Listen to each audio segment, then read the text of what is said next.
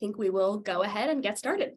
Thank you all so much for joining us this afternoon. My name is Lee Jensen, and I am a senior analyst at ASU's Morrison Institute, which conducts nonprofit, nonpartisan policy research. I manage a program called Policy Academy, which aims to connect elected officials with high-quality research to better inform their decision-making. Our work is supported by a gift from Arizona Public Service, who are a wonderful partner to us that also values nonpartisan policy education. Generally, our events are exclusively for elected officials, but with this subject matter, there's already been such significant collaboration between the business community and the public sector that it just made total sense to bring this open to a wider audience. And we're really happy to have you all here this afternoon.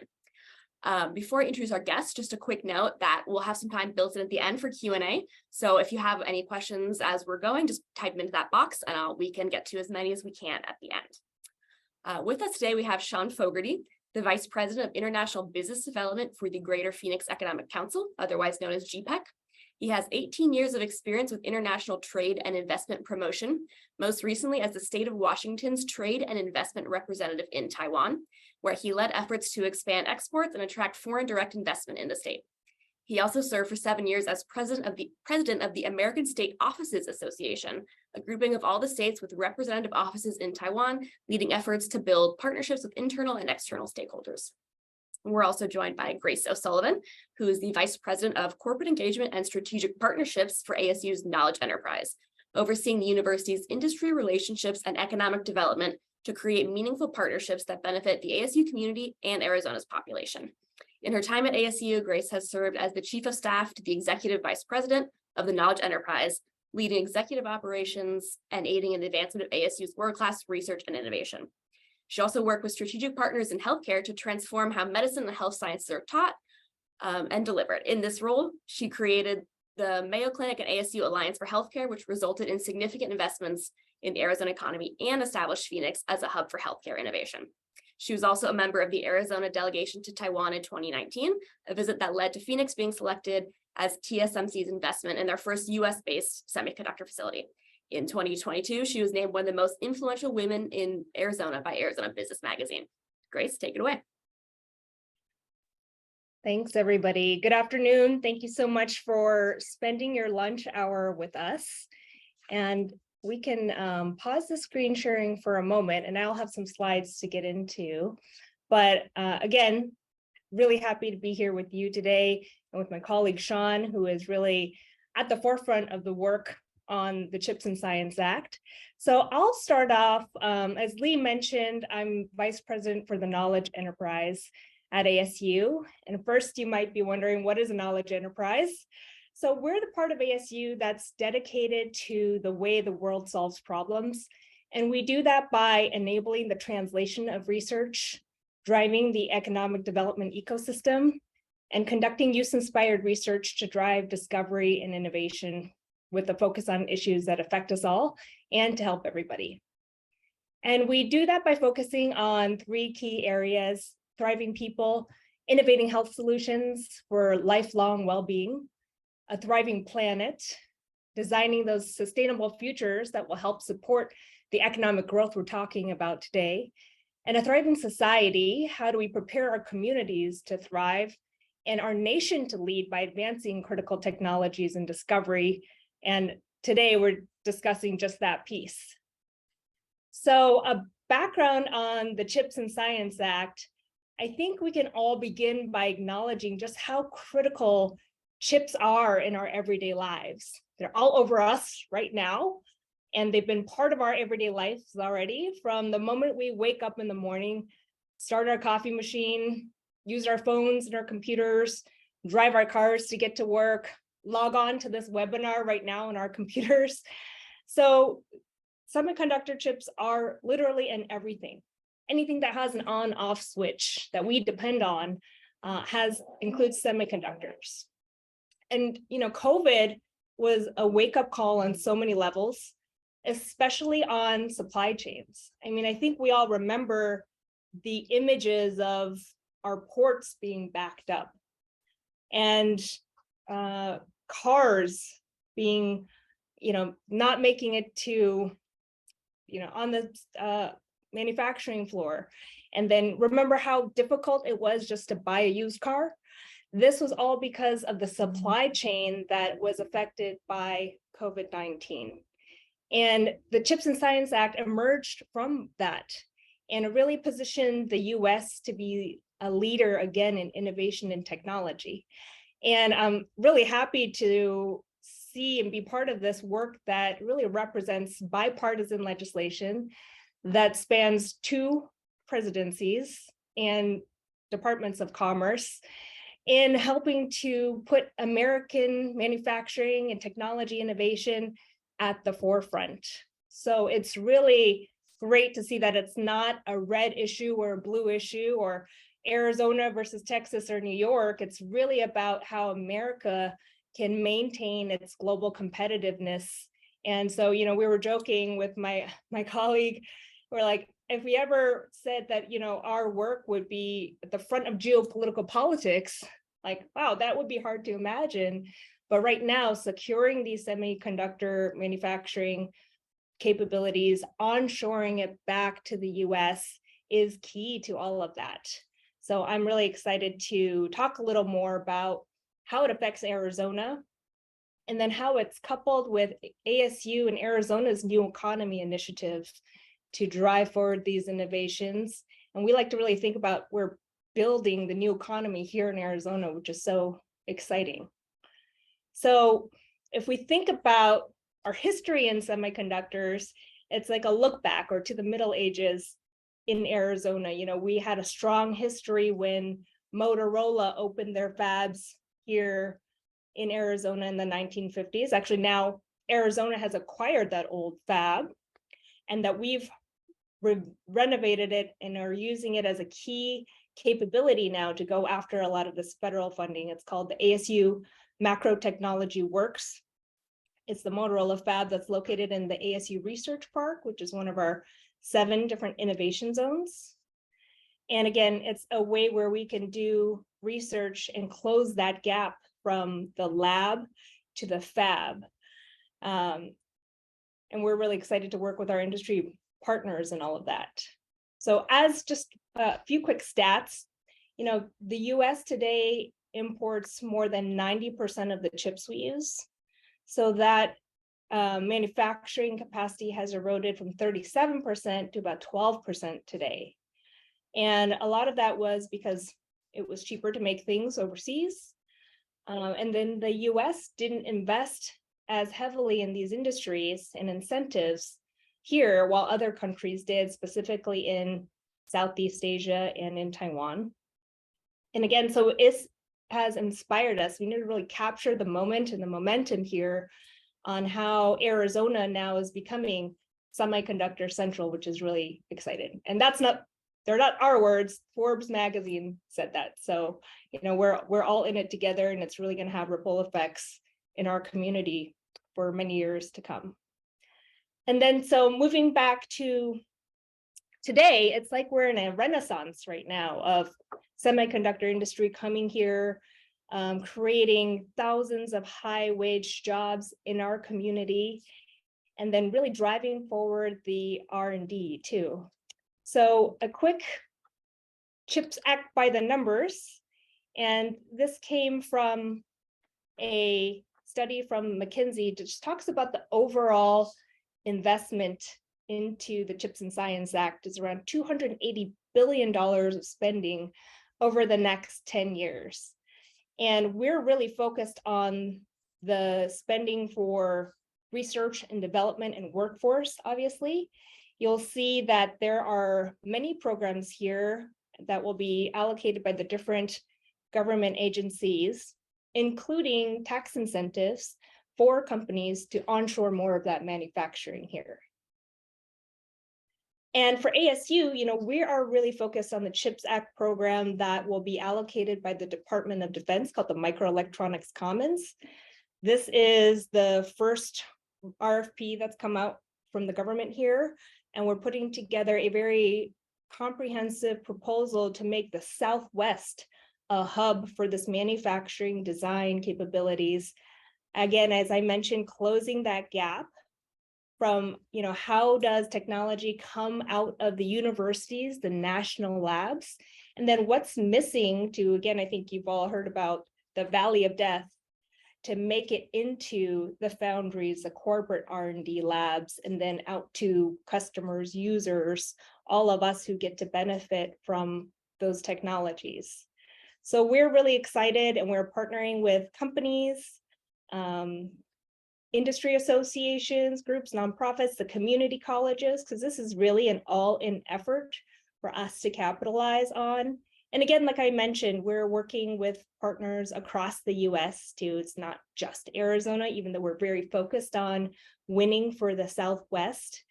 But again, it is a team effort. We're all involved. And if you're interested in working with us on our microelectronics efforts, please feel free to reach out to me, and we'll be sure to put our information in the chat, and look forward to answering some of your questions later. But love to turn it over to Sean to say a little more about what it means for Arizona. Thanks. Thank you very much, Grace. It's an honor to be here as a panel speaker. My name is Sean Fogarty, Vice President of International Business Development at the Greater Phoenix Economic Council. For those of you who may not be familiar with GPEC, very briefly, we are a nonprofit economic development organization focused on one mission, and that is business attraction. So on behalf of the 22 cities and communities that we represent, we go out and conduct business attraction, not just in the US, but globally, to bring businesses here, and specifically high-wage jobs to Arizona. So my role at GPEC is formulating our APEC strategy, and that leads to both creating a pipeline of new businesses, as well as aftercare engagement to support the city's business retention and expansion programs that are located here in our communities. Now, Grace touched on the history of our semiconductor ecosystem here. It's a 70-year-long history.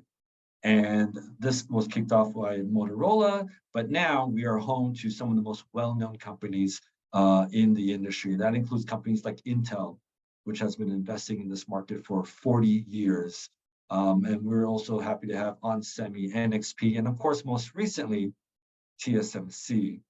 I realize most of you may not be aware what TSMC does or their impact on the region, but what I can say is specifically since May of 2020, since their announcement for the first fab, we've seen an increase in foreign direct investment leads coming into our pipeline.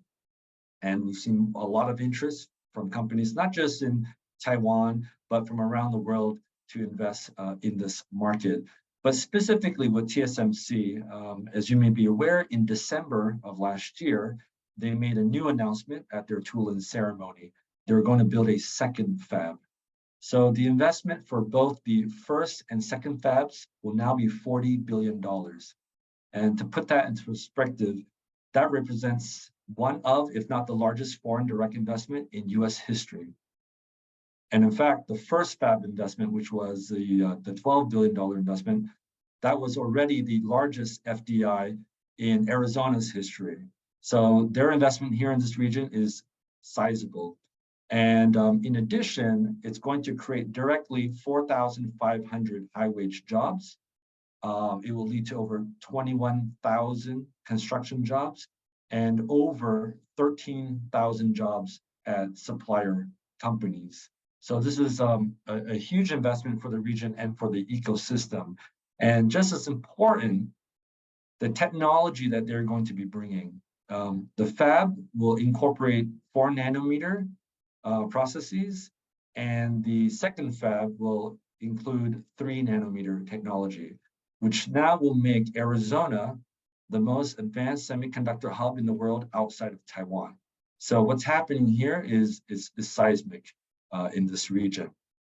And this is going to have continued knock-on effects for the wider business community. Specifically, since our fiscal year has begun in July of last year, we've helped over 22 companies locate here, in excess of 23 billion in CapEx and 4,800 in jobs alone. We've got a couple hundred more companies in our pipeline, and we expect to see more now. Ever since their announcement, I think a lot of companies are starting to realize, and especially supply chain companies are starting to realize that this is happening and this is moving ahead, and it's moving very quickly, in fact. And we've actually worked with over 36 semiconductor-related businesses that have either begun expansions or evaluated expansions or relocations in this market. So we think that we're going to see continued interest. In fact, last year, we hosted 2 delegations, one from Taiwan. We had a 52-member semiconductor delegation from Taiwan. We had a Japanese semiconductor delegation, a 51-member Japanese delegation in October of last year. And we even hosted a Taiwanese food and beverage delegation. So we're seeing, a lot of different business services move in. So it's not just semiconductor specific companies coming in, but we expect to attract a lot of businesses and business services to this market. And I just want to frame, the benefits of FDI before I continue. I think a lot of people underestimate the impact on human resource capital. And so that's why we're very fortunate to have partners such as ASU and a lot of other universities and community colleges to support this effort, because human resource capital is a big advantage and a big benefit of foreign direct investment. The skills gained by the workforce through the training, it increases the overall education and human capital within a country. Our region is going to benefit by developing all of this while maintaining ownership in our market.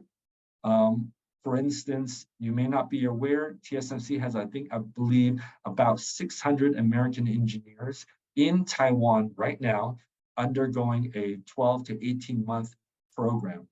And so they're going to be taught and trained on the latest cutting-edge semiconductor technology processes, which is going to help level up our human capital and ultimately, increase our productivity, increase incomes in the region. So as they come back, this is going to trickle down. We're going to continue to see the leveling up through our university partners, community college partners, a leveling up of the workforce in our market. Specifically in the Northwest Valley, I know this is one of the talking points in our panel. Because of the TSMC's investment, the Northwest Valley now is going to be a sea of industry. What probably would have been just a vast empty desertscape has now been transformed because of TSMC's investment. We're going to see talent moving there, and we're going to see business services follow. In fact, we've talked with 3 different parties that are interested in investing and building out an Asian district, an Asian town up there to meet the needs of a lot of these STEM talent and the workforce that TSMC is attracting to that region. Likewise, demand for education. A lot of these employees moving there are bringing their kids with them, and they want the best for those kids and their kids. And so we're going to see more demand for higher and better levels of education, starting from K through 12 for these kids. Likewise, we're going to see further internationalization of the population and the economy. Right now, of course, we're seeing a lot of these supply chains come in from Asia, but now also from Europe and from other parts of the world. And they're going to bring their employees, their executives, and this is going to attract, hopefully, perhaps more direct flights. Our fingers are still crossed, and we are engaged with different partners to try and see if we can establish a direct flight to Asia. We don't have one now at the moment, but because of this internationalization of our region, we're going to attract more businesses, potentially more students, more tourists. Grace didn't mention this, but ASU already, for the 2nd year running, has the largest number of foreign students of any public university in America, so congrats on that. But we see that this is going to help enhance international trade, investment, cultural, education ties going forward.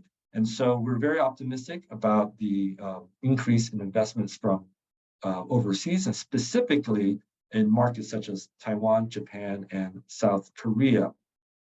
Of course, not everything is bright and rosy. The #1 challenge that we face is the talent gap. And I think Grace has kind of touched on how that's being addressed at the federal level, at the academic level. But talent is the #1 challenge that businesses are seeing. And this is something that we're faced with every day as we meet with businesses and as they raise that issue. And so the effort to strengthen domestic semiconductor capacity is complicated because of this acute talent shortage across the entire value chain. I mean, for the US alone, to become self-sufficient in the semiconductor space, we'd need to capture probably at least 20% of global chip production, which would translate into something like 70 to 80 net new fabs, which is equivalent to 300,000 plus semiconductor positions. And so it's incumbent upon industry, academia, to work together to fill that gap. As semiconductor capacity expands, we need to find a way to build up our capacity to attract and develop our STEM talent to meet the needs of industry. And it's not just advanced degrees. I know that anecdotally, for every engineering degree that TSMC has on staff, they probably need somewhere between 4 to 6 technicians to come along. And so that's important too. And what we're seeing here is in this region specifically, institutions such as Maricopa Community College, they've got a brand new semiconductor technician boot camp. So within 2 weeks, they can train up individuals in skills necessary for a career in the semiconductor industry. This was just launched in, I believe, March of last year, and they already have thousands of people signed up for it. And once these graduates get through these programs, they're able to get an interview. And I know that Intel and TSMC has participated in these boot camps, so we're very grateful for the creative and out-of-the-box thinking that our academic partners have come up with to help industry address these challenges. And so as Grace mentioned, the CHIPS Act, the federal government recognizes this, and specifically the Commerce Department via the CHIPS Act, they're hopeful that the funding that will be channeled through their programs will help to yield economic mobility. So it's not all just PhDs and masters and bachelor's degree holders, but it's also high school leavers that we're hoping to help people in other industries that don't have these advanced degrees that can still be retrained or reskilled or upskilled to be able to work and take on these new high-wage jobs in the semiconductor industry.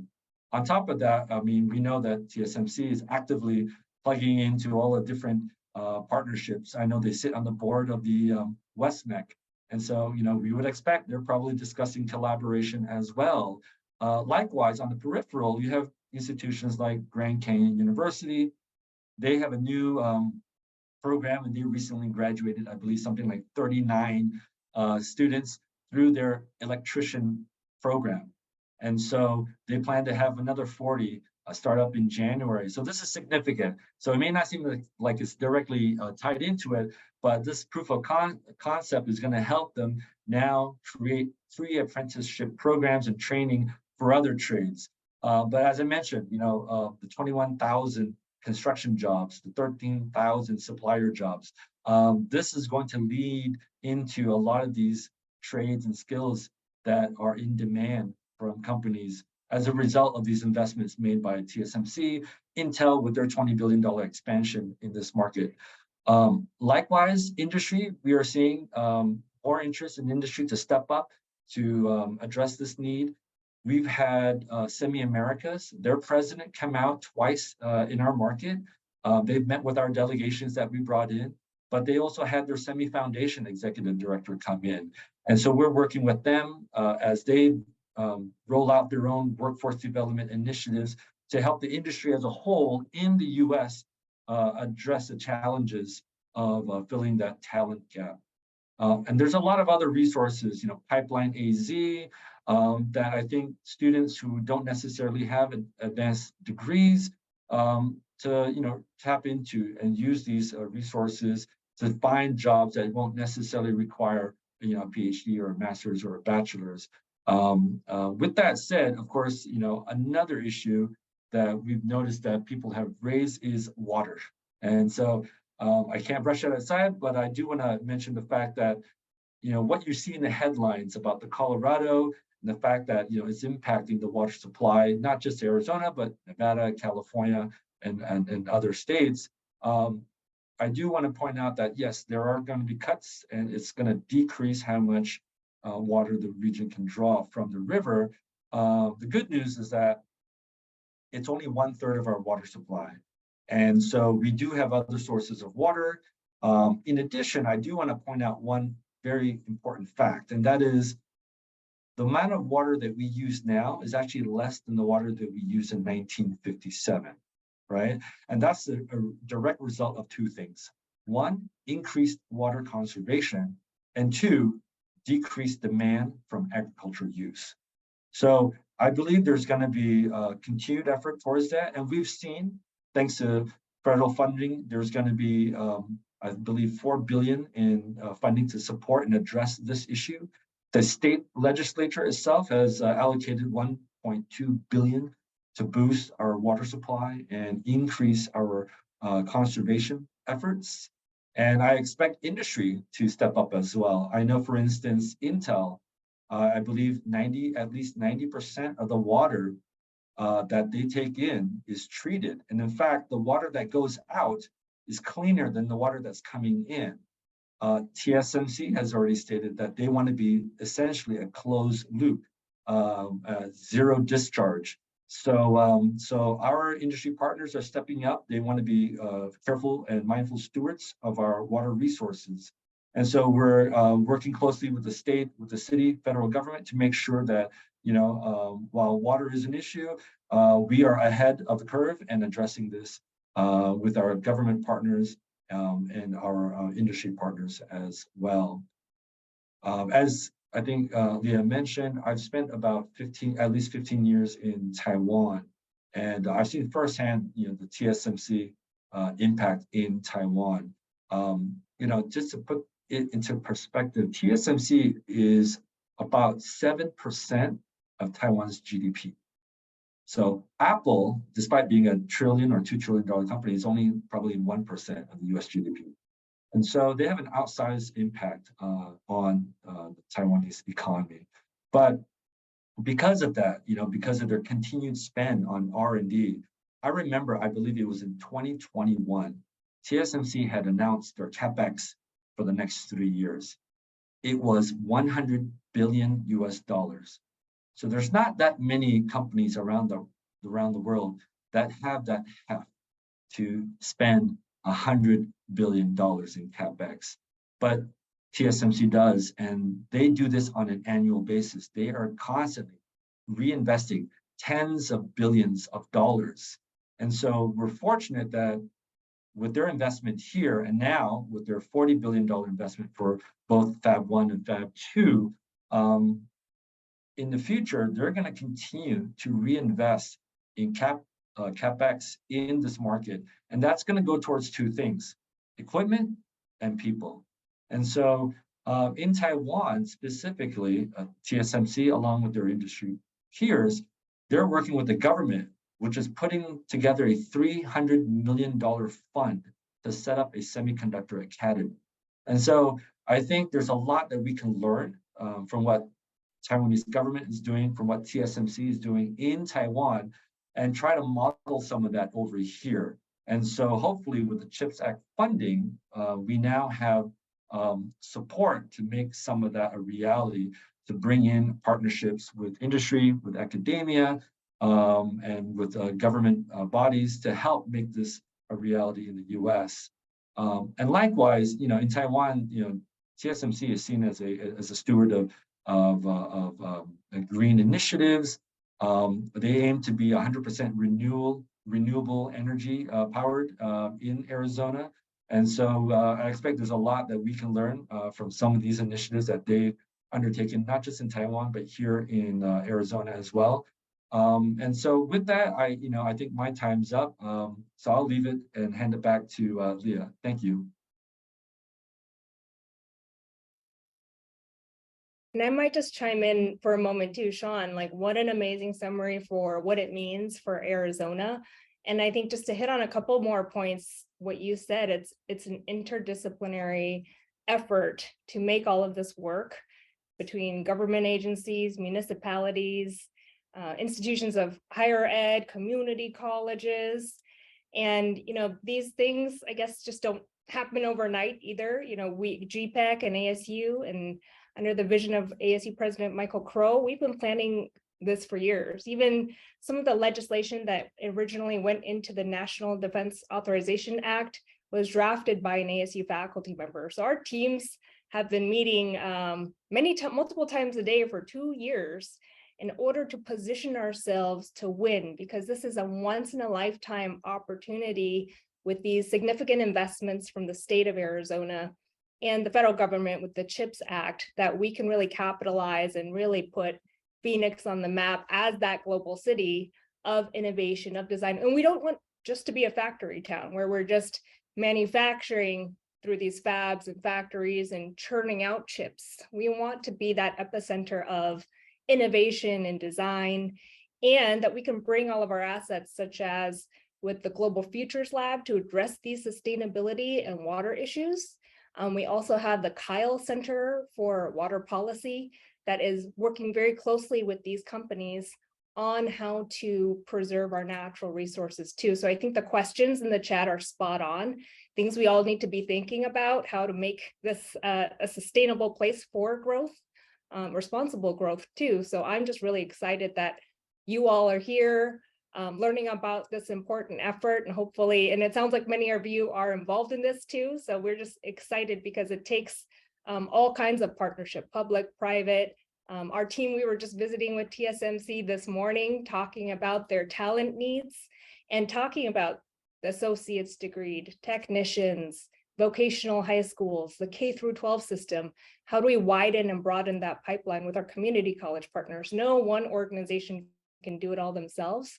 So we're just excited to really get a win on the board for the Southwest. Thanks. And I just have a couple points about water to chime in on, because it seems like folks are interested. We have, as Grace mentioned, the Kyle Center for Water Policy is also within Morrison Institute. So I had a call with Sarah Porter yesterday to go over all this with me, because it's totally new to me and I thought it was kind of worth sharing. So the semiconductor industry, the way they use water is they have to hyper purify any water before they use it in the manufacturing process. So that creates a lot of byproduct of water, and the actual water consumption is very low. Cities actually reclaim 93% of the water that is used by these manufacturing facilities. For us, the real challenge is figure out what to do with that water. It doesn't need special treatment. It's safe to drink, but we need to figure out where we're going to store it and how we're going to distribute it and all that. But Arizona has very good safeguards in place in terms of not overcommitting our water usage. There's a very strong regulatory framework. You need a good proof of a sufficient 100-year reliable water supply.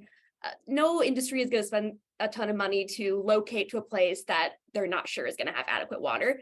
And our government officials are really thinking ahead about that, and I think doing a very good job, as a couple people have mentioned.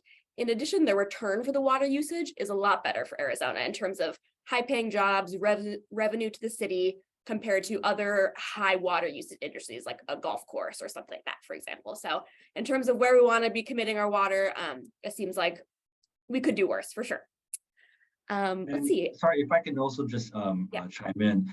And when we work with businesses and we bring projects and they map out and tell us about the scope and their water usage, we go with the communities and we speak to them and we make sure that they're able to provide that and prove that this is something that's sustainable. So we can't willy-nilly just let every and any company set up operations in any one specific city. So the cities are very engaged and very careful and very mindful about which projects. And oftentimes they'll look at that and say, we can't take this because we know this would be a huge burden on our resources. And so I think, given the fact that, we all live in this very arid environment, everyone from the state to the county to the city, down to the everyday citizens here are very mindful of water and water conservation and our water resource, our most precious resource here. And so, yeah, we were careful to work with them to make sure that the cities where they're located are suitable for those specific businesses. Okay, I don't know which one of you would rather address this. One question we have, one focus for Intel is development of their foundry business. Can you explain foundry in the context of semiconductor manufacturing? Sure, I'll be happy to take this. So I can't say this is a TSMC impact, but I think it's interesting that after after TSMC's announcement of their fab in May of 2020, Intel later decided that they're going to get into the foundry business. So TSMC is a pure play foundry, meaning they only make chips for their customers. Intel traditionally only made chips for themselves. Now they decided that they are also going to be a foundry. They are going to make chips for others. That's the only difference. Cool. Let's see. So given that these funds are given to the state, distributed as seed money, what's the plan for phase 2 when this funding is gone? What's the long-term plan? Oh, Lee, I'll take this one. Yeah, so specifically for Arizona State University, we're leveraging our new economy initiative funds in really building the foundation. Like you said, that we're seeing it as seed money and hopefully it'll continue, but like we're upgrading our facilities, buying state-of-the-art equipment. We have launched 5 or close to, I think by the day it changes, up to 7 new science and technology centers around industries of the future. So for example, around advanced manufacturing, power electronics, human performance, advanced communications technologies. So across these broad areas where the jobs of the future will be. So really using those science and technology centers as platforms and tools where faculty, students, and industry partners can come to work on advancing the innovation in those fields, as well as investing in the people talent, the human capital that John and I spent so much time talking about, is that we're also using those investments to hire 200 new engineering faculty from across the world, bringing the best of the best minds here in Arizona so that we can create that critical mass. And we're also asking all of our industry partners, who are you working with across the US that we can attract here as a group, as an entire lab? So we're hyper-focused on that. And hopefully the smart use of those investments now will pay dividends into the future. And can you both kind of speak to how GPEC and ASU were involved in attracting these companies to Phoenix? What was that process like, your visits to Taiwan, the whole thing? Actually, if I could just add to your comments about the funding, and then I'll get into the GPEC ASU collaboration. So the funding that Grace was referring to, that's under the DoD. So where our primary focus has been on the DOC part, the Department of Commerce. And so there is approximately $52 billion from the CHIPS Act funding, the bulk of which will go towards the fabrication facilities. So that means the guys who are setting up the manufacturing sites. There's a small bucket that will go towards workforce development. So we hosted a semiconductor supplier panel discussion in December last month, and we had the CHIPS program office. We had the AIT director, American Institute in Taiwan director, and we had the Select USA executive director in our office. And so they were talking about the CHIPS Act funding. As you know, the rules and regulations will come out in February. And so the discussion was really on who's eligible, how much will be allocated, how will it be allocated. And so we're still waiting to find out exactly what the terms and conditions are for companies that are going to be applying and submitting applications for that bucket of funding. But what's important to note is that the Commerce Department, as I mentioned earlier, they're keen to see economic mobility, upward mobility. And so we're hopeful that we can play a role in working with our academic partners and within industry to help them to understand what these rules, terms are, and to make sure that they are leveraging it to the hilt, because as you know, there are a lot of other fabs being built in other states. And so it's not all just coming to Arizona. We're going to have to compete for this with a lot of other companies in a lot of other states. So so we need to make sure that we work closely with academia and industry so that these companies will take advantage of this CHIPS Act funding. But I also want to point out secondarily that we're not operating in a vacuum, right? So one of the feedback that the CHIPS program office heard was $52 billion is really not much. So I'll give an example. Korea has a plan, a $450 billion plan to build, a Korean semiconductor belt, right, in Korea. And that's $450 billion. China's got a $150 billion fund. Japan has their own fund, Europe's got their own fund, but they're all in excess, way past the US in terms of how much funding they're giving to develop. So pretty much every developed economy is building their own and expanding their own semiconductor supply chain ecosystem. And so hopefully this 52 billion CHIPS Act funding is just the first step. Because if we want to really recapture and be self-sufficient, we're going to have to level up our support, because a lot of other developed economies are being far more aggressive in their funding for that. So back to the question about the partnership, GPAC's been very fortunate to have a close partnership with ASU. They've been a critical partner for us in attracting a lot of these key businesses. So we're glad that, and I have to say, I can't take any credit for this. This was before my time. I only joined GPAC a year ago. So I'll leave it to Grace to really elaborate more on her trip out there in 2019. Yeah, certainly. And I think too, it's part of that research and that close collaboration between all of the agencies in Arizona.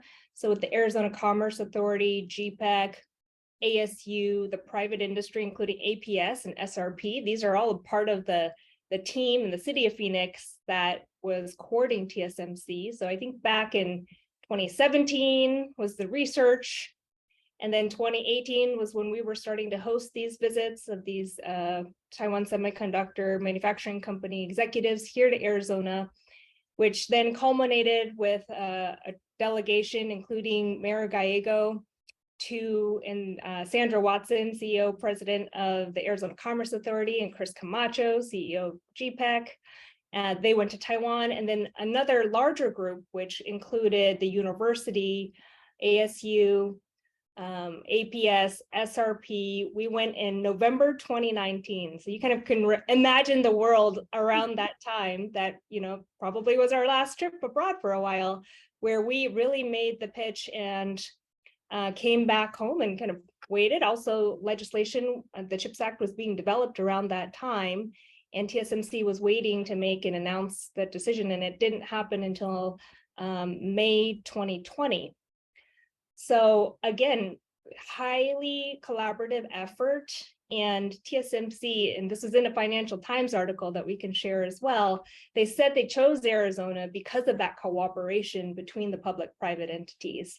So we were really proud of that, and we continue to work as a team day in and day out to now help them and Intel and others be successful here, because it's one thing to attract them, but now it's time to get to work. So the celebration's over, and the hard work begins now. And if I can add, as Grace pointed out earlier, really the federal government, they've studied this and they've researched this, and they've identified, multiple supply chain choke points and single points of failure. And so I recall when I was in Taiwan that the American Institute in Taiwan, which is the de facto US embassy, they were making a push, right, to start to recruit semiconductor companies from Taiwan to the US. And as the state of Washington's representative, we were invited to the table to give that pitch and to encourage that investment. And it was interesting to see that, there was a really very strong concerted effort from the federal government. Clearly, they had the green light from their headquarters to go out and make this push. And so I also want to mention that, Matthew Quigley, who was a commercial officer at the American Institute in Taiwan, he kind of spearheaded that. And so I think him, the commercial section in Taiwan, I mean, the only reason why the US even has a fab, not just Arizona, but is because AIT was out there plugging away and promoting this. And so there's a lot of unsung heroes who played a very important role in making this happen for the US. And of course, Arizona, Stefan, who worked together with ASU and a lot of other partners in the city of Phoenix, were critical. And kudos to them, because this investment came to Arizona. It could have gone to any other state, including Washington State, but it came here. And so your team did a great job. And I'm very fortunate to be a part of this team now here, and look forward to helping them with their expansion. And I should mention, lastly, it's not a foregone conclusion. You have to remember, TSMC's first investment was in the state of Washington, and they actually have extra acreage that they had purchased, but they never built on that. And so the same goes here. They may have taken down 1,100 acres, but it's not a foregone conclusion that they will build out, everything to maximize that site. And so it's incumbent upon us, our academic partners, federal government, state, city governments, to continue to provide that, support to make sure we continue to see an expansion from Taiwan Semiconductor Manufacturing Corporation. Thank you. So that was a perfect note to end on. Thank you so much, Grace and Sean, for joining us and sharing your expertise. And thank you, everybody, for spending your lunch hour with us. I will be sending out a recording of this video shortly. So if you missed it live, it'll come to your email box. Thank you all very much, and I hope you have a great weekend. Thanks, everyone. Thank you.